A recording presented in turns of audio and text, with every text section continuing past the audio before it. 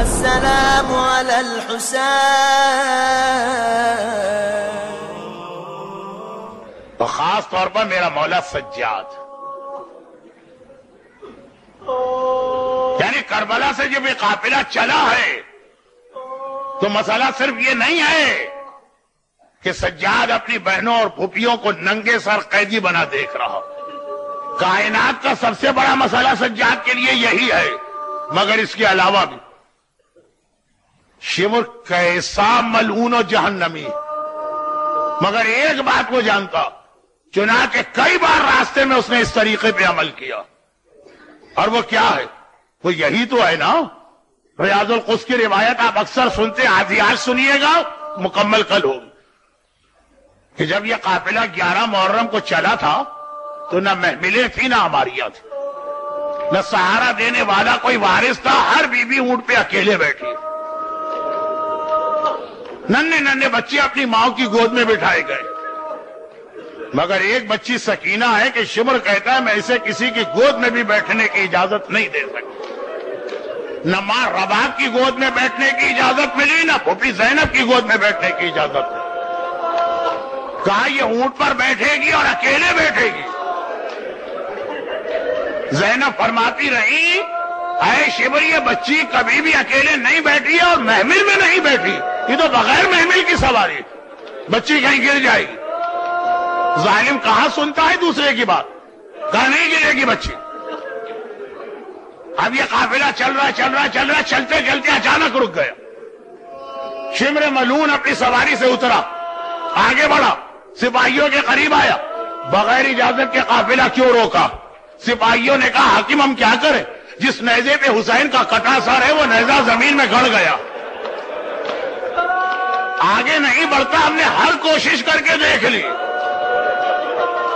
شمر نے کہا اچھا حسین کا سر آگے نہیں بڑھ رہا، میں اس سر کو آگے بڑھاتا ہوں۔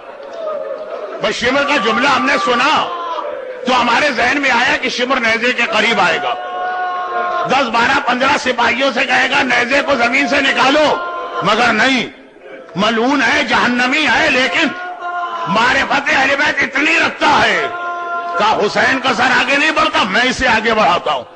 عجیب بات ہے، حسین کے سر کو بڑھانا ہے، ادھر نہیں گیا، سیدھا میرے مظلوم آقا سجاد کے پاس آیا، ہاتھ میں کوڑا ہے، ایک بار کوڑا اٹھا کے میرے بیمار امام کی کمر پہ مارا، سجاد جب تک تیرا بابا آگے نہیں بڑھے گا اس وقت تک مسلسل تیری کمر پہ کوڑے مارے جائیں گے۔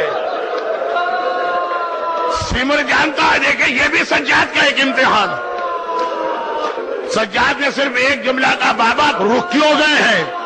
کٹے سر سے آواز آئی سجاد میں تیری مظلومیت کو دیکھ رہا ہوں لیکن آگے کیسے بڑھوں؟ میری سکینہ اونٹ سے جنگل میں گر گئی ہے، جب تک کہ سکینہ نہیں آئے گی حسین آگے نہیں بڑھے گا۔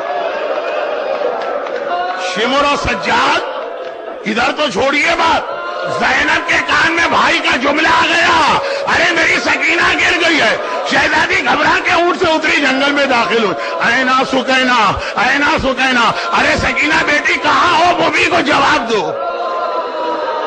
سکینہ کا جواب تو نہ آیا، ایک جگہ جھاڑیوں کے درمیان ایک نقاب پوش اور سیاہ پوش بی بی زمین پر بیٹھے نظر آ گئی اور ننھی سکینہ ان کی گود میں سر رکھے سو رہی ہے۔ زینب نے یہ منظر دیکھا، شہزادی گھبرا گئی۔ دیکھیں فطرت کیا کہتی ہے، ماں کا بیٹا کھو گیا، جیسے ہی ملے گا وہ تڑپ کے آگے بڑھے گی، اپنے بیٹے کو اٹھا کے گلے سے لگائے گی، مگر زینب نے یہاں دو اتنی عجیب باتیں دیکھی کہ سکینہ مل گئی مگر زینب نے سکینہ کو نہیں اٹھایا۔ حیرت کے ساتھ نقابپوش بی بی کو دیکھا اور کہا کہ دو باتیں مجھے بڑی عجیب لگی، اب تک تو جو آیا بچی کے تماچے تو لگائے، بدن پہ کوڑے تو مارے، آپ کون ہیں جو اس یتیمہ سے اتنی مہربانی کر رہے ہیں؟ اور اس سے زیادہ عجیب بات، یہ بچی تو وہ ہے جب سے اس کا بابا مارا گیا، اسے کبھی نیند ہی نہیں آتی ہے، کسی کے پاس اسے آرام ہی نہیں ملتا ہے، ارے ماں کی گود میں سونے کو تیار نہیں ہے. آپ کون ہیں کہ میری بچی اتنے آرام سے آپ کی گود میں سو گئی؟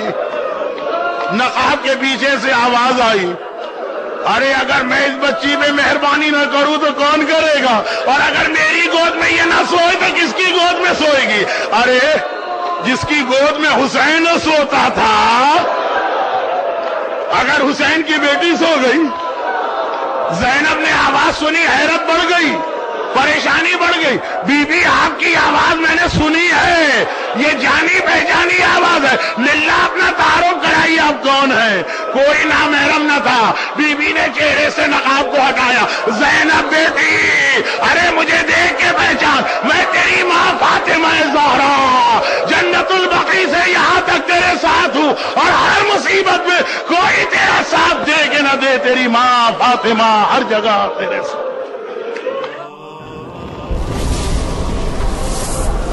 السلام على الحسين